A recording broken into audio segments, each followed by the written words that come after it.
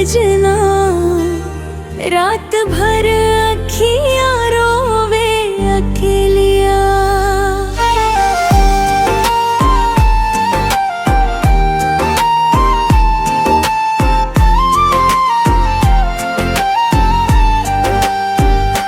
याद तोहार हर घड़ी सतावे, टूटल सपना दिलवा जलावे।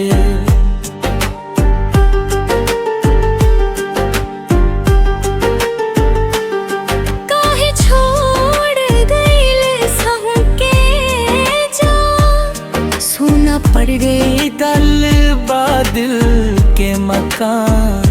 तोहरे खातिर सजनी बनली, फिर किस्मत हमसे रूठी।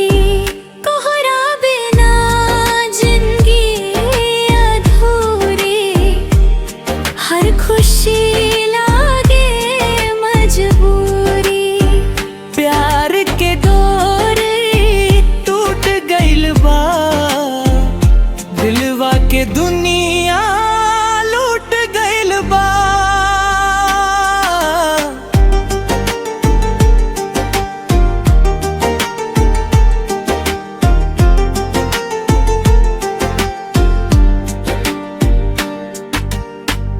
बरखा में भिंजे तनवा हमार, याद आवे तोहर प्यार।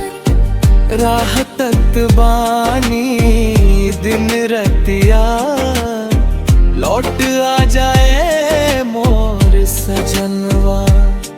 आंसू बन के बाहे कहानी, टूट गईल हमर जवानी।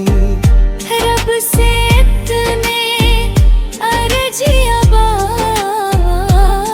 खुश रहस तू जहाँ भी बा। तोहरा बिना दिल न लागे,